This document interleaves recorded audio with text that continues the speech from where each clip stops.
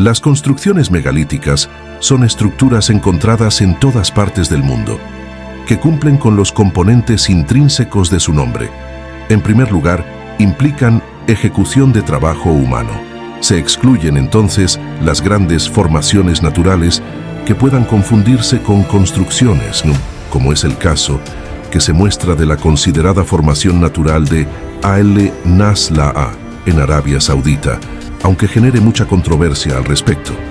En segundo lugar, estas construcciones utilizan megalitos, o sea, grandes piedras con pesos de unidades, decenas y hasta cientos de toneladas.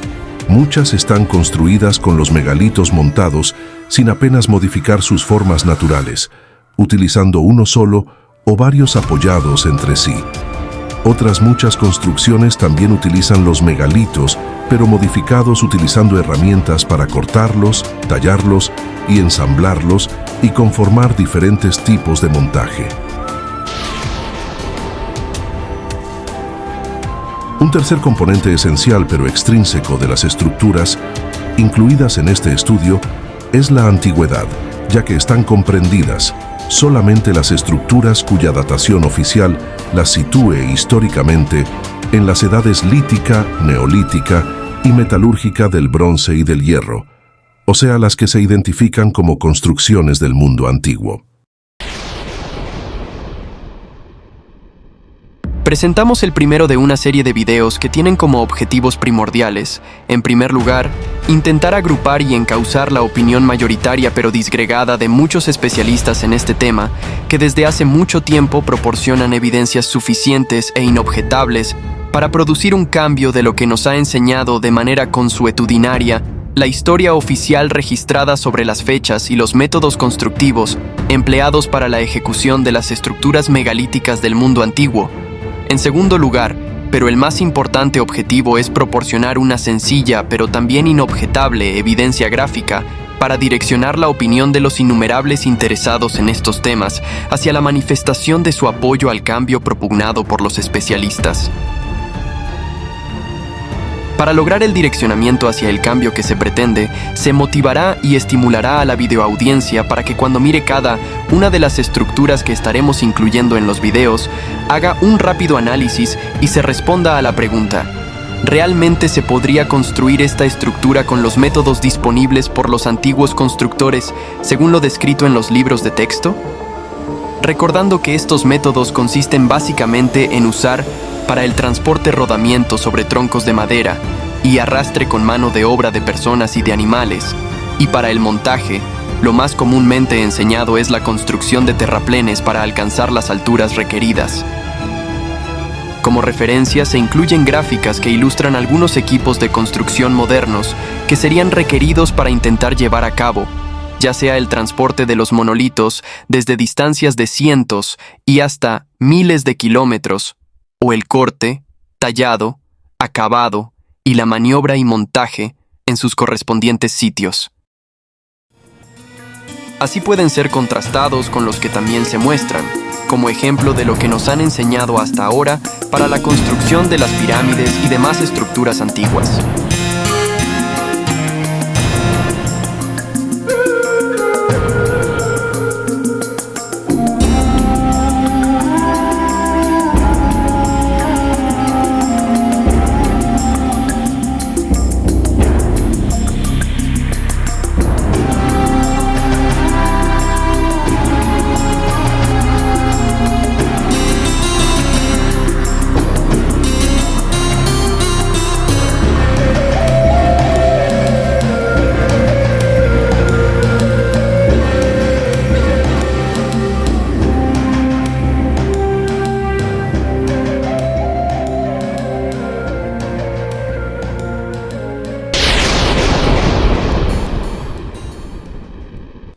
A continuación se describirán las construcciones en términos generales, en tanto que en los próximos videos se mostrarán en forma detallada las principales estructuras existentes por cada una de las regiones arqueológicas del mundo.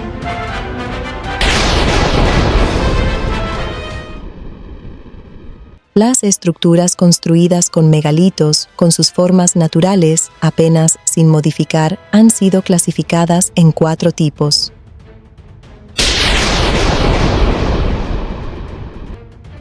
El primero es el tipo llamado menhir, nombre proveniente del idioma galés maen, piedra, ir, larga, piedra larga.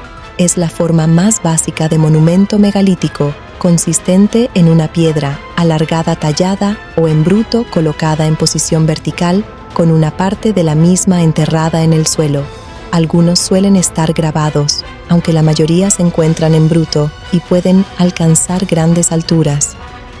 En el caso de los menhires, se desconocen por completo los supuestos significados rituales, y en torno a ellos, en muchos casos, se han ido formando teorías alternativas que, aunque para los arqueólogos tradicionales son de escaso rigor científico, por lo menos empiezan a explorar la posibilidad de que pudieran cumplir función de tecnología energética.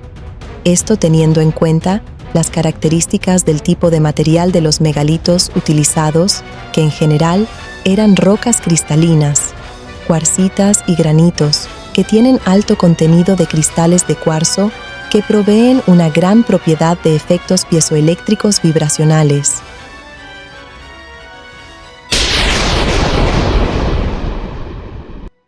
El segundo tipo de las estructuras construidas con megalitos, con sus formas naturales, apenas sin modificar, es el de alineamiento, conjunto de menhires colocados de forma vertical y que pueden conformar una sola línea o varias de ellas, con notables variaciones en su longitud.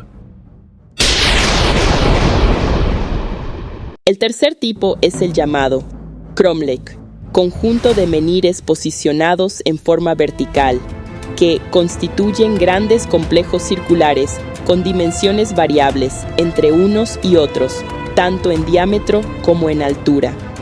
Son un tipo de monumento megalítico que, aunque se encuentra casi por toda Europa, son especialmente célebres los de las Islas Británicas. El cuarto tipo es el llamado dolmen, término procedente también del bretón, de dolmesa y mempiedra, mesa de piedra. Se trata de una construcción megalítica con varias losas colocadas de forma vertical y una última colocada de forma horizontal sobre las verticales, haciendo las veces de techo, formando una cámara o un tipo muy primitivo de túmulo. Dependiendo de su grado de elaboración o añadidos, dan lugar a otro tipo de construcciones megalíticas como la galería o la tumba de corredor. Los dólmenes son las más asombrosas construcciones megalíticas, ya que aun teniendo en cuenta el tamaño, el peso y las formas naturales de los megalitos, son todavía más desconcertantes las configuraciones de los apoyos de unos con otros, ya que desafiando la gravedad, conservan su estabilidad durante milenios. En Asia son particularmente numerosos en la península de Corea, donde se calcula que existen cerca del 40% de todos los dólmenes conocidos. De acuerdo con la arqueología tradicional, la función básica más importante de los dólmenes sería la de servir de sepulturas.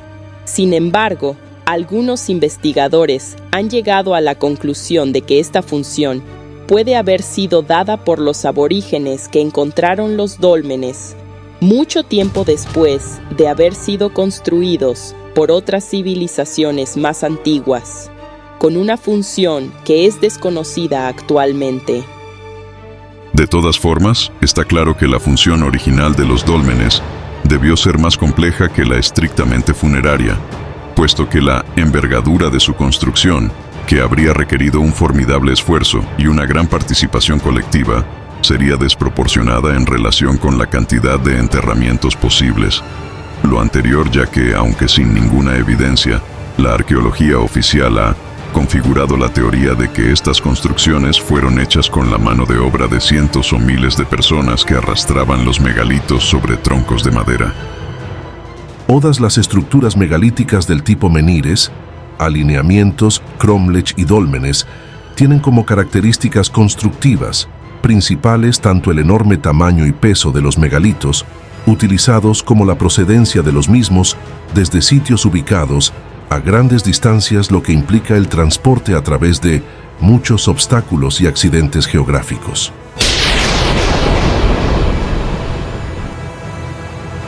Las estructuras construidas con megalitos cortados, tallados y ensamblados se pueden encontrar principalmente en dos tipos. El primero es el de los obeliscos, que son monumentos pétreos con forma de pilar, de sección cuadrada, con 4 caras trapezoidales iguales, ligeramente convergentes, rematados superiormente en una pequeña pirámide denominada piramidión. Los obeliscos se utilizaron de manera prominente en el antiguo Egipto.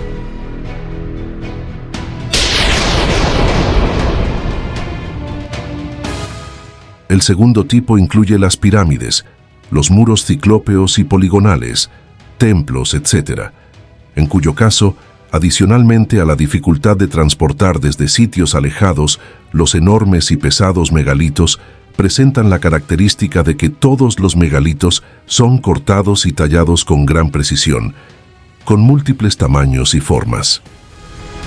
Generalmente los monolitos son ensamblados sin utilizar ningún tipo de mortero conocido y logrando una estabilidad tan perfecta que constituyen las muestras de arquitectura más antiguas que han llegado hasta nuestros días, habiendo sido descubiertas por diferentes civilizaciones y reutilizadas durante muchos milenios. Al margen de sus posibles funciones, se puede anotar como una característica primordial de todos los monumentos megalíticos que son estructuras construidas para ser notadas y visibles a grandes distancias, nunca camufladas intencionalmente, sino al contrario como concebidas para ser muestras del poder de sus constructores. Otra forma de arquitectura megalítica se refiere a la construcción de grandes estancias sin utilizar megalitos, pero utilizando una tecnología sorprendente de excavación, corte, tallado y fino acabado de los muros.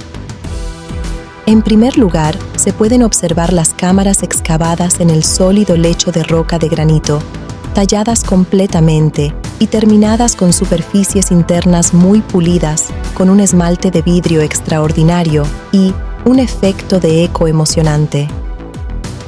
En segundo lugar, se aprecian las construcciones excavadas o esculpidas en cuevas, grutas o paredes rocosas, consistente en crear una edificación tallando en la roca natural sólida, retirando la roca que no forme parte de la edificación, hasta que la única roca que quede da forma a los elementos arquitectónicos del edificio excavado.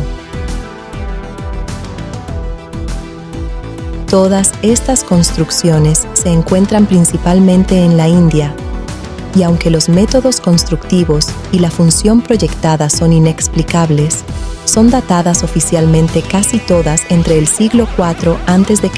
y el siglo VII de la era cristiana, y se les adjudica a todos una función religiosa. En este tipo de obras es realmente desconcertante imaginar primero qué tipo de herramientas se requieren para desalojar esos volúmenes tan grandes de material, tanto rocoso como de granito, y después para dar un acabado tan fino de esos muros.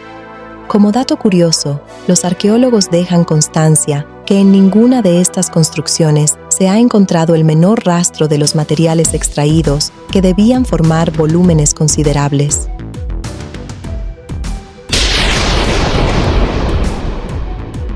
Finalmente, en relación con las herramientas utilizadas por los constructores de todas las estructuras megalíticas, la arqueología e historia oficiales, puesto que no se han encontrado otras evidencias, solo pueden asignar las encontradas de las edades del cobre, del bronce y del hierro correspondientes a las fechas de datación de cada construcción.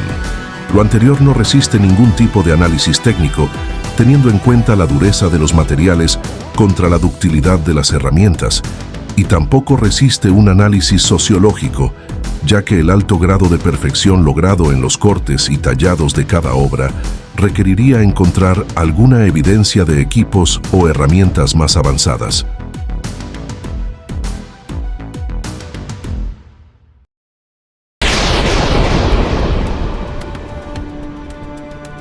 La historiografía oficial registra como constructores de las mega estructuras del mundo antiguo a los aborígenes que habitaban en cada parte del mundo, donde se iban descubriendo a lo largo de la historia, sin tener en cuenta que no encontraban evidencia alguna de los equipos y herramientas requeridos.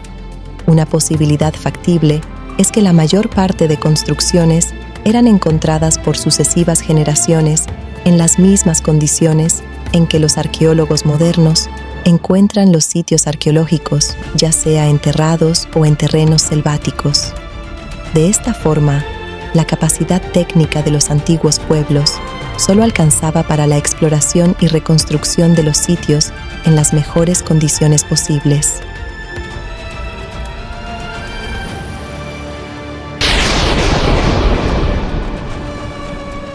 La construcción de los sitios megalíticos de la América redescubierta en el siglo XV también le fue adjudicada a los pueblos aborígenes, aun cuando los registros de los mismos historiógrafos españoles de la época de conquista y colonia consignaron testimonios reiterados de esos aborígenes afirmando tajantemente que ellos no construyeron esas estructuras, sino que sus ancestros las habían encontrado así al llegar a esos sitios mucho tiempo antes. Ante esto, solamente quedó a los historiógrafos manifestar su suprema admiración por las obras que solo podrían haber sido construidas por arte de magia o de demonios. Es importante mencionar los casos de Machu Picchu en Perú y de Teotihuacán en México, sitios que solo fueron redescubiertos, al menos en toda su magnitud, a comienzos del siglo pasado hacia 1910. A pesar del abandono de varios siglos más después de la conquista, ambos sitios pudieron permanecer impávidos ante los ataques destructores con que los inquisidores en el siglo XVI trataron de borrar las expresiones culturales autóctonas en todos los demás sitios que pudieron controlar. En la composición fotográfica se ilustra primero el estado en que fueron redescubiertos los sitios y luego el estado después de casi un siglo de trabajos que se requirieron para terminar tan solo algunas restauraciones y contando ya con equipos y herramientas que iba produciendo la era moderna industrial. Lo anterior sirve para dimensionar las inmensas dificultades que los supuestos constructores aborígenes tendrían que superar muchos siglos o milenios atrás, sin contar con esas herramientas para el transporte, corte, tallado y montaje de los megalitos. Esas dificultades seguramente sobrepasaban en mucho las capacidades tecnológicas de los aborígenes y probablemente también muchas de las civilizaciones actuales. Igual ilustración se puede hacer en el caso de los sitios arqueológicos de Egipto, cuyo estado se puede ver en una de las primeras composiciones gráficas de finales del siglo XIX, después de haber sufrido el abandono y el saqueo de los países conquistadores durante mucho tiempo. Por la inestable situación política, estos sitios también requirieron más de un siglo para lograr tan solo ser restaurados hasta su estado actual, al mismo tiempo que se seguían descubriendo todavía más construcciones increíbles, con muestras de una muy avanzada tecnología.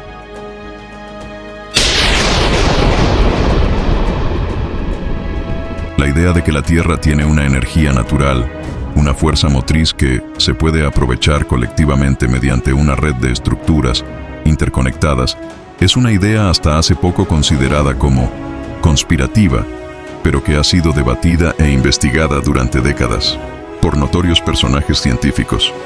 Estas ideas de una red energética mundial fueron exploradas quizás más notablemente por Nikola Tesla en la primera mitad del siglo pasado, generando una creciente ola de movimientos de historia alternativa en la que se acepta como probable que tal red mundial pudo ser de conocimiento común por las civilizaciones en la antigüedad, e igualmente probable que hubiera sido implementada por medio de una tecnología avanzada desconocida, pero ya vislumbrada por Tesla.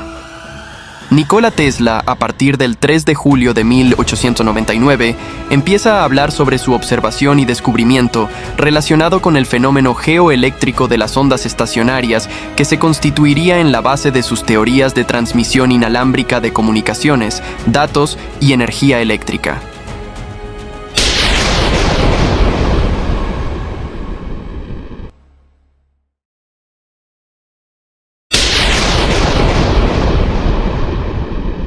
Hasta su muerte, Tesla trató sin éxito de conciliar los intereses del bienestar común con los diversos intereses financieros y políticos globales para poder poner en práctica sus ideas. Pero eran ideas tan inobjetables que poco a poco se abrieron paso y hacia el final del siglo condujeron al gran salto tecnológico mundial en los sistemas de comunicaciones y de transmisión de datos, permitiendo la comunicación instantánea en todos los niveles, tanto tecnológicos como sociales. A pesar de ser un personaje injustamente poco conocido, una parte muy importante de nuestra vida cotidiana fue en el siglo XX y es hasta ahora en el siglo XXI, tal y como la conocemos gracias a Nikola Tesla. Solamente le queda pendiente al mundo conciliar los intereses que sea necesario para llevar a cabo el proyecto de la transmisión de energía eléctrica inalámbrica, por el que tanto luchó Tesla durante la mayor parte de su vida.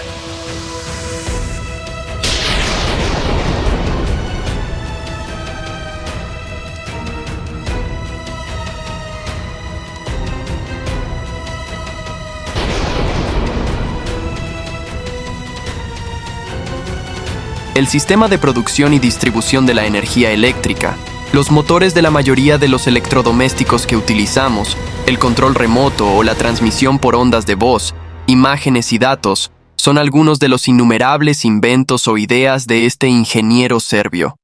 Escuchemos en palabras de Tesla algunas de sus ideas que ya se pusieron en práctica y otras del futuro en entrevista a Colliers, 1926.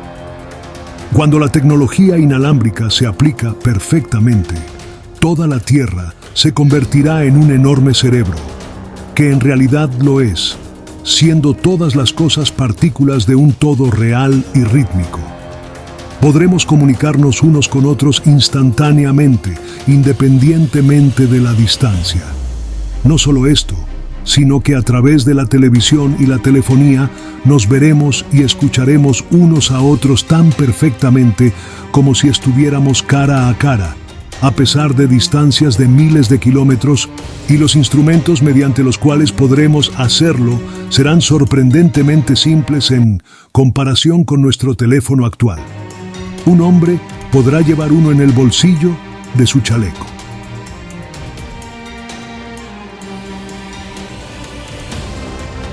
Podremos presenciar y escuchar eventos, la toma de posesión de un presidente, el juego de una serie mundial, los estragos de un terremoto o el terror de una batalla, como si estuviéramos presentes.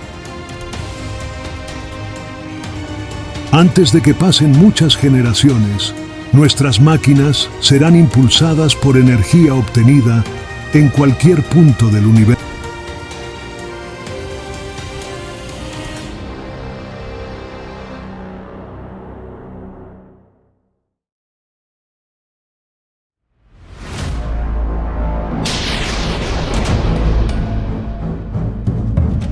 Como conclusión, no podemos continuar enseñando a nuestros hijos y nietos solamente las anacrónicas teorías que han sido registradas sobre cómo pudieron haber sido construidas las estructuras megalíticas sin disponer de la tecnología requerida.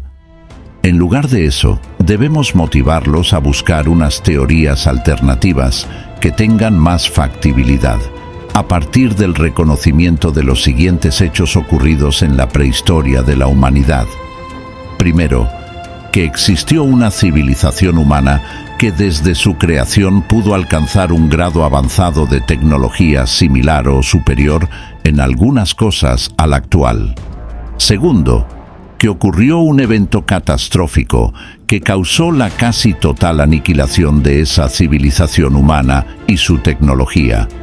Tercero, que después de la catástrofe, los remanentes humanos y tecnológicos constituyeron los cimientos con que surgieron las diversas civilizaciones en varias regiones del mundo y que finalmente originaron la sociedad contemporánea actual. Estos hechos, por lo menos, sí están registrados tanto en libros antiguos como en la tradición oral de todos los pueblos aborígenes ancestros de las civilizaciones actuales. Por lo anterior, creemos que indiscutiblemente debe empezarse un movimiento sociológico y académico para corregir la historia registrada en cuanto concierne a la datación y la función de las construcciones megalíticas del mundo antiguo, que ha estado equivocada en la mayoría de los casos de buena fe y en otros no tanto, como en el caso del cartucho forjado con el nombre de Keops, que originó la monumental falla tanto en la datación como en la función dada a las pirámides egipcias. Este cambio de perspectiva historiográfica debe conllevar, por supuesto, la revisión de las funciones tradicionalmente asignadas a muchas de las estructuras megalíticas, de tal forma que las nuevas funciones, aunque no sean comprobadas aún, por lo menos sean más factibles de acuerdo con nuestro grado de tecnología alcanzado actualmente. Por ejemplo, es imposible seguir enseñando a nuestros hijos y nietos que la Gran Pirámide fue construida como la tumba de un faraón, cuando cualquiera de los millones de turistas que medianamente detalle ciertas características de la llamada Gran Galería o de cualquiera otra de las cámaras que hasta ahora se conocen, se da cuenta que pudieron tener cualquier otra función tecnológica antes que religiosa y menos funeraria. Otro ejemplo muy diciente son las instalaciones del sitio de Sacsayhuamán en el Perú, el cual fue conocido por los españoles con sus torreones y muchos de los muros de otras estancias, como se muestra reconstruido gráficamente de acuerdo con sus testimonios. Muchos españoles recomendaron que, ya habiendo conquistado un sitio tan grandioso y magnífico, debería ser preservado y protegido.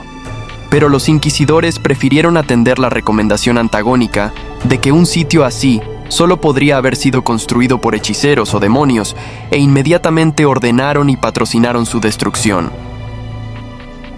Solamente nos quedaron los cimientos, lo único que no pudieron robar ni destruir debido a que su construcción fue tan impresionante que el mismo historiógrafo español Pedro Cieza de León, en el año 1549, describió los edificios así. Cabo se empeña viva para el fundamento y armar el cimiento, el cual se hizo tan fuerte que durará mientras hubiere mundo. Yo fui a ver este edificio 2 veces, y debajo de tierra dicen que hay mayores edificios, y cuentan otras cosas que no escribo por no tenerlas por ciertas. Aunque su propósito y función siga siendo inciertos, lo único cierto es que al observar el trazado y distribución, parece corresponder con cualquier proyecto contemporáneo de arquitectura e ingeniería para un sitio industrial de desarrollo tecnológico avanzado.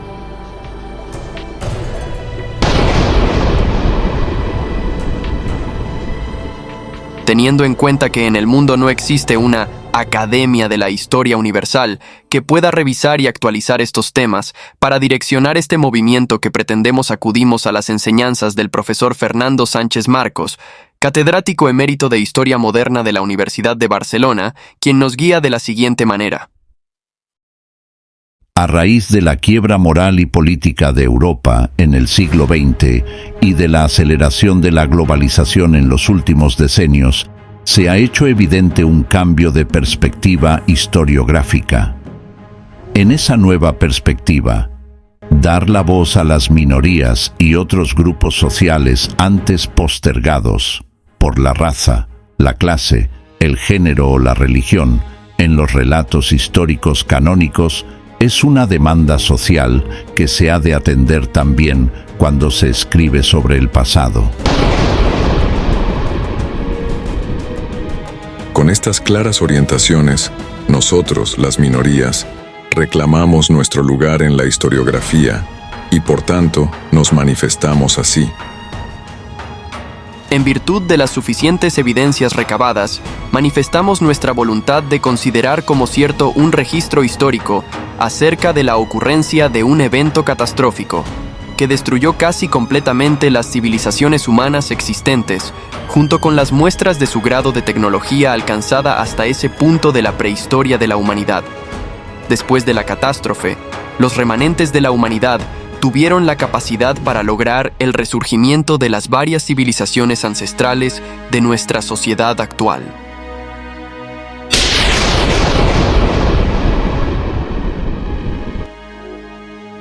Sobra decir que la anterior manifestación se constituye también en apoyo de aquellos investigadores independientes que, dedicando grandes esfuerzos desde hace muchos años, han difundido con sobrada dimensión las evidencias que respaldan la necesidad de esta corrección de los registros históricos para recibir únicamente el calificativo oficial de pseudocientíficos.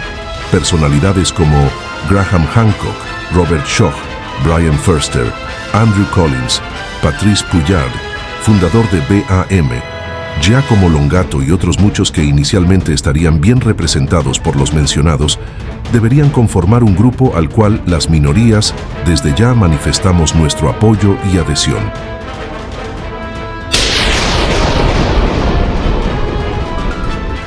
Tampoco sobra decir que este cambio de perspectiva historiográfica no implica cambio alguno en las creencias religiosas de ninguna persona, sino que, al contrario, es una reafirmación de esas creencias, puesto que esa civilización desconocida sería la misma que, según los textos sagrados de las grandes religiones, existió desde su creación, y que pudo haber sido dotada por su creador con capacidad de adquirir un nivel de tecnología avanzado que fue casi totalmente destruida por la catástrofe ocurrida en la prehistoria, pero que también fue preservada para seguir forjando el destino de la humanidad.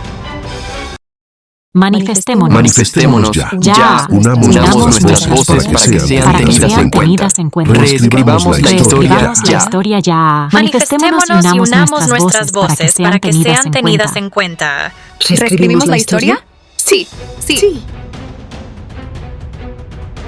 ¿Hubo una civilización con tecnología avanzada en la prehistoria de la humanidad? ¿Sí? ¿Reescribimos la historia? Sí. ¿Hubo un evento catastrófico en la prehistoria de la humanidad? Sí.